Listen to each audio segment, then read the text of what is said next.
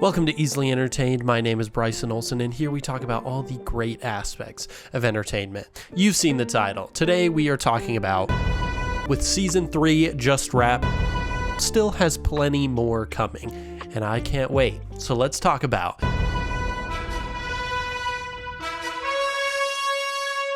the best thing Invincible has going for it has got to be the story, for sure. It doesn't matter which season we're talking about, just the story overall, amazing. Also the cast, but we'll talk about that later in the episode, okay?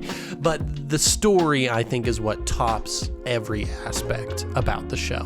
From Season 1, where we learn of the Viltrum Empire, with Mark's father, Omni-Man, who's evil. You know, it shows true colors and turns against his own son in a futile attempt to make him go against his people, but that doesn't end up working. You also have Season 2, where Mark has to take his place as one of, if not the most powerful being on the planet, facing off against another Viltrumite and still advocating for his home. Learning of Alan and the coalition of planets that are there to help stop the Viltrumite Empire.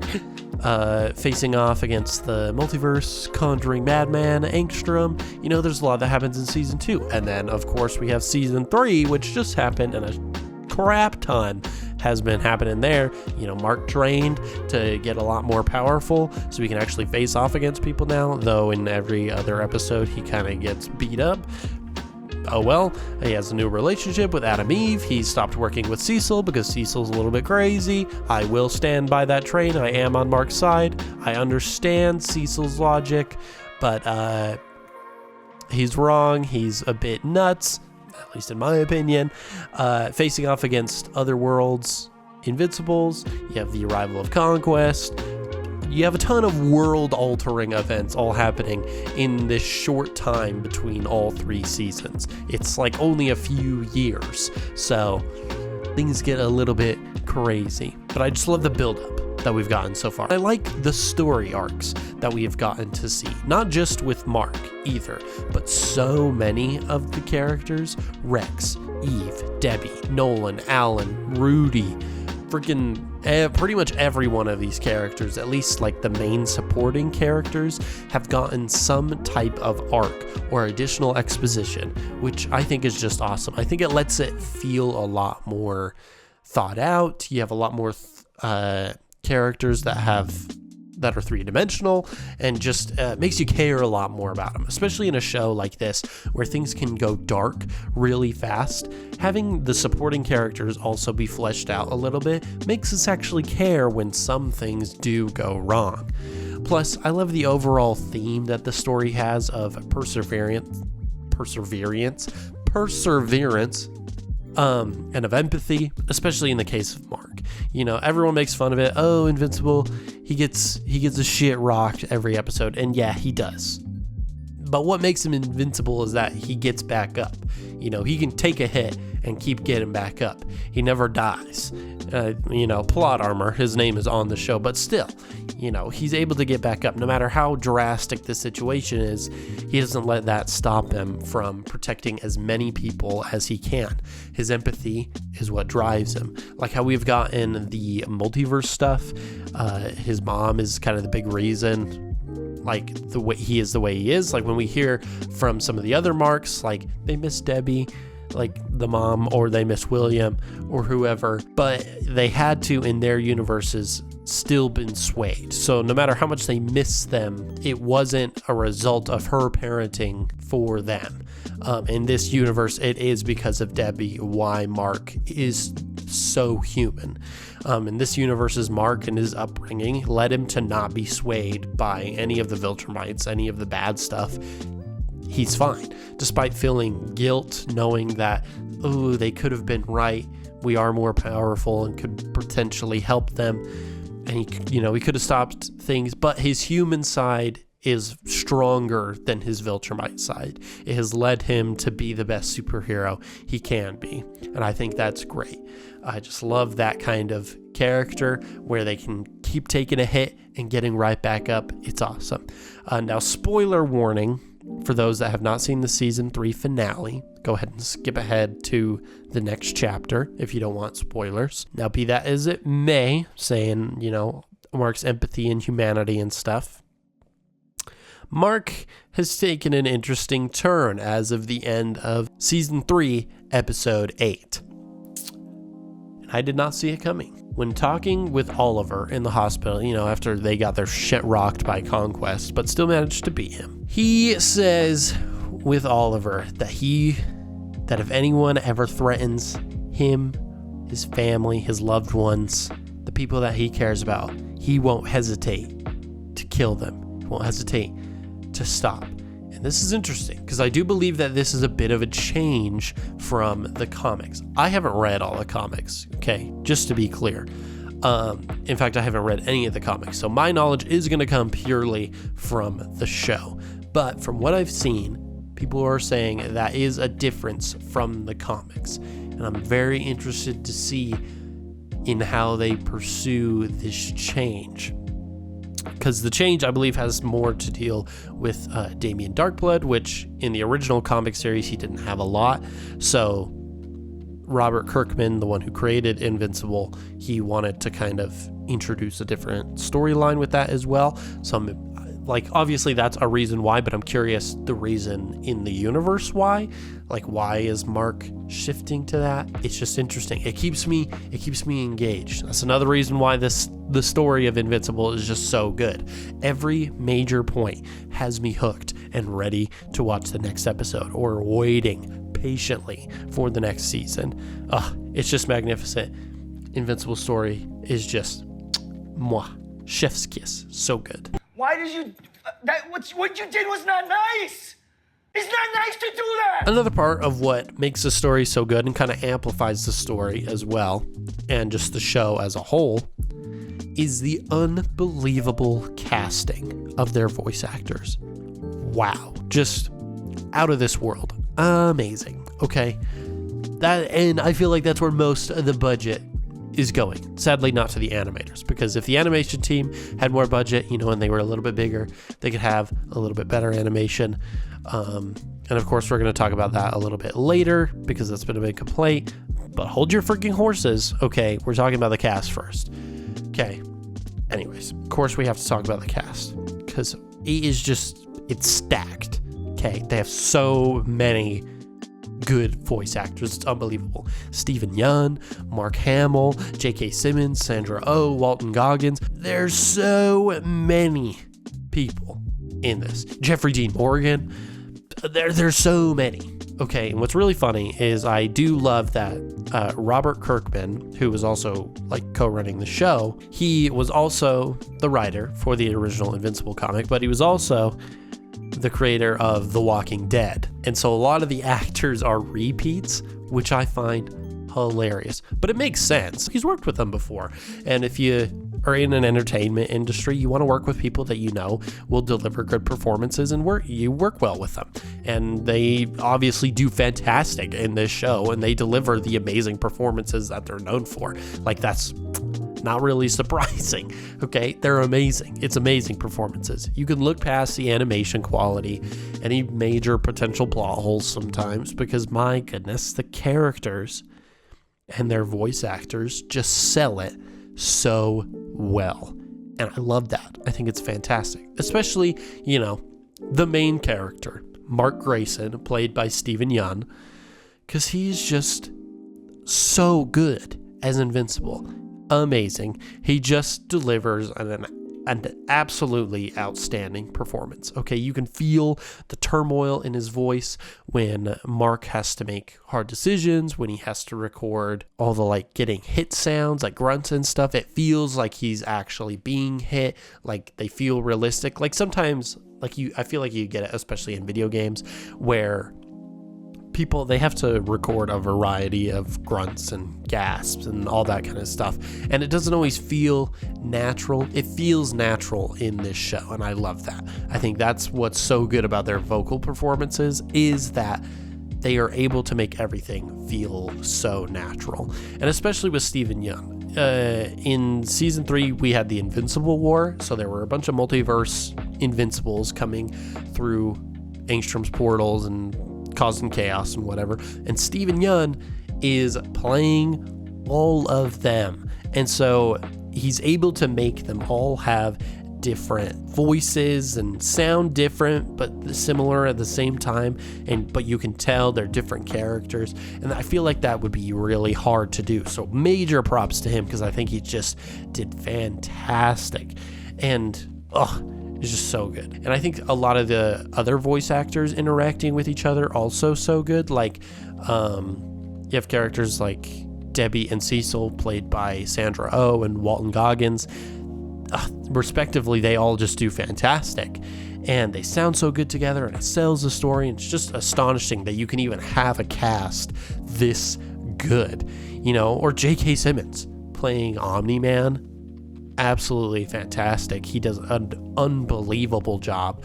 Or you have Seth Rogen as Alan, which sometimes I'm not always set on Seth Rogen in voice acting, but I do feel like he really works for Alan. He just does a great job, which, I mean, he helps run the show, which makes a lot of sense, but at the same time, so good. You just have to know all your people in order to bring them all into a show like this, and just know that they're all going to be cohesive and well done. I love it. I love how they can do that, and it helps sell you on these characters. I feel like I'm hearing the characters and I'm not hearing actors. I feel like that happens a lot more in live action. That's kind of the nice bit about animation, but still, I feel like these actors just know what they're doing, so that it really feels like different characters. It's just how they're able to portray it with their voice alone. Amazing. I just feel like we're getting different characters every time. I can separate Mark from Glenn in The Walking Dead because they're very much different characters, and it helps that one is live action and one is not, but still they're played by the same person, and so sometimes you may see similarities, and I think in some animation properties you do notice that. If The Rock is voicing anybody, it sounds like The Rock, but I feel like in this case you notice less who the actors are, and you're just caring that they're the characters, and that I think is fantastic. But then you have Conquest, who's voiced by Jeffrey Dean Morgan, who basically is just Space Negan, which I love. In that situation, yeah, they're almost the same character in a way, they have very similar mannerisms and stuff, but I think it is fantastic and really works, and it doesn't sound like the AI generated Thanos type voice, which everyone was like, oh my gosh, I really want that one. Freaking relax, okay? Who cares? But they're absolutely fantastic too. Just okay, how can you watch all 3 seasons and be complaining about the cast? They know what they're doing. Just trust them. That's why they're in this business, because they know their stuff and they're really good at it. And I do believe that the cast is one of the aspects that just puts the show above so many others. Animation takes a long time. Oh, I can't imagine how much work it must be for those fight scenes. Now I want to talk about something that so many people have been complaining about, specifically in season 3, but it's kind of been a thing more occurring lately, and that is the animation. And I get it. The animation is slightly lower quality than some of the previous stuff we've gotten in this show. However, people don't understand the animation pipeline. Just because this is an Amazon Prime show doesn't mean it's getting all the Amazon Prime funding. In fact, as far as shows go, this has a lower budget compared to others on Amazon Prime. And they're doing the best with what they can, okay? Some people are always complaining, oh my gosh, they're just moving PNGs around. Shut up. Yeah, they are. They are moving PNGs around because that's what you have to do to make ends meet, so that you can make certain scenes really well done. Not everything can be really well done. A character's just flying. They're not doing a very dynamic fight scene, so yeah, they're just going to move a PNG across the screen because that's what's going to work. Okay, that sells the idea of flying. Okay, they're not going to be doing much while they're flying. Why does it all need to be hand animated? Okay, Would I like it to be better? Yes. Okay, that'd be great. I think they need more people on their team. They need more money to pay those people. I think that would be great. I actually would love if that. But everyone's like, oh, I want it now. I want it now. Okay, well, you're going to have to make some sacrifices. Okay, they need more time. That's one thing. Okay, everyone's like, oh, I want a new season in a year. How can all these other shows do this in a year? Okay, one, not all those shows are high quality in story, writing, whatever, character casting, whatever. Doesn't matter. There's that. Also, especially like older shows where people were like, oh my gosh, how were network shows able to do this? Okay, because they could fund them years in advance. Okay, or they were doing very sketchy practices to not pay their people correctly. You don't really know what was happening. Okay, like network shows were often greenlit for several seasons at a time. So they were working on several seasons long before the show was coming out. So say, an old animated show, they have like 3 seasons greenlit at the beginning, and the show starts airing and people are like, oh my gosh, the show's so great, we want more. Great. They now have 3 years to make more seasons. Crazy. Instead of, oh, we can only make 1 season because that's what streaming networks really want right now, because they don't know how well it's going to do. And so they have the first season, takes like 3 years to make, gets released. Everyone's like, oh my gosh, it's so cool. And now they have to release it every year. So they have much less time for these new seasons than they did the first one. That's why the quality decreases, okay? Because they're not getting funded. They don't have the time. So you're going to get slightly cheaper animation. I don't like it, okay? I would like the better animation. However, I understand the pipeline, okay? In season 3, especially, everyone's complaining. Okay, well, the budget was mostly saved for the last 2 episodes, the Invincible War and the Conquest fight, because those were going to be super dynamic. They were big key events, and they wanted it to look cool. Same thing went for season 1, okay? The animation, was pretty decent the entire time, but, it ramped up during the big key events like Mark fighting Nolan. There's a saying, especially in production, you have a triangle, okay? There are 3 things: cheap, fast, and good. But you can only have 2, okay, on any production. If you want it fast and good, guess what? It is not going to be cheap. And Amazon Prime is not funding it very well. They're funding it, but they're not giving it the money it really needs to be super good. So they're going cheap. If you want it cheap and good, it's probably not going to be very fast. If you want it cheap and fast, it's not going to be good. And for the animation, that's kind of what's happening, okay? People want it cheap and fast. Okay, they want it within a year. So guess what? They're going to have to be fast and cheap, and that means the animation's going to suffer for it, okay? Freaking shut up about it. Okay, I don't care that you nitpick every little frame in the show. I don't care. I'm having a good time because the story and the voice actors are fantastic. It's not the Spider-Verse. It's not Arcane. Would I like it to be great animation? Abso-freaking-lutely. A little bit more dynamic or a little bit more shadow? That would be awesome. But then people like the fans, which are also Invincible's biggest haters, weirdly, will then composite a shot from the show and be like, oh my gosh, it could look so good, and it looks like an anime. The show, first off, is not an anime. Okay, I don't want it to look like that. If I wanted to watch an anime, I would watch a fucking anime.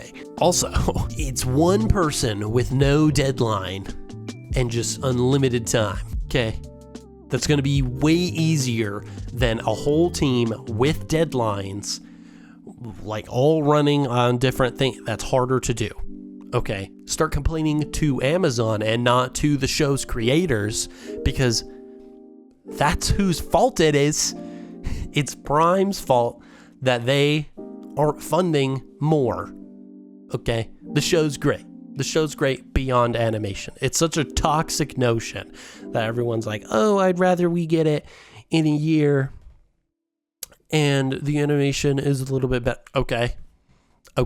Like, I'm fine with that. Like, that'd be great. But I would like the show to be as good as it can be. And if that means waiting a year or two, I wouldn't mind. I wouldn't care. Because then the show could be as good as it could be. I liked that Arcane took, 3-4 years to release the next season? I think it was 3, because I think the first one came out in 21. And it clearly shows so much time and effort was put into it. Worth it. I would love that with Invincible. If y'all are going to complain, shut up. Shut up. Okay, you can't have it all. You can't have it all. It doesn't matter that it's an Amazon show. Freaking relax, okay? The fans are its biggest haters. And I've never seen this kind of phenomenon in a franchise like Invincible. It's kind of crazy. It's just wild, okay? So shut up about the animation and just enjoy the goddamn show, okay? Anyways, that's my thoughts on Invincible. Let's talk about my rating of the show. It's not going to be a surprise. Okay, easily entertained rating scale, least to best. Garbage, once fine. Right mood, quotable, go to, and all day, every day. Okay, you know what it is? It's an all day, every day kind of show. Okay, it's fantastic. It doesn't matter that the animation is lower quality than it was. I don't care. The show's just good. So shut up about it. Okay, it's an all day, every day. If you disagree, shut up. You're probably IGN with the worst rating ever. Okay, they rated the finale like a 4 out of 10 or something like that. Said it was the worst episode of the series. You guys are freaking idiots, okay? That's what all the haters sound like. You sound like IGN, and IGN freaking sucks, okay? Shut up. Invincible's great. It's an all day, every day kind of show. Comment if you don't like it. But guess what? I'm not going to respond to all the haters because that's just going to boost my numbers, baby. So please do. Anyways, that is it for this episode of Easily Entertained. If you enjoyed listening to me ramble, like and subscribe so you can be notified of all new episodes when they come out every Tuesday. It's always a great time. And comment below if you have other ideas of potential entertainment properties that you'd like to hear me talk about on the show. Okay? Maybe I'll talk about them. But until next time, bye.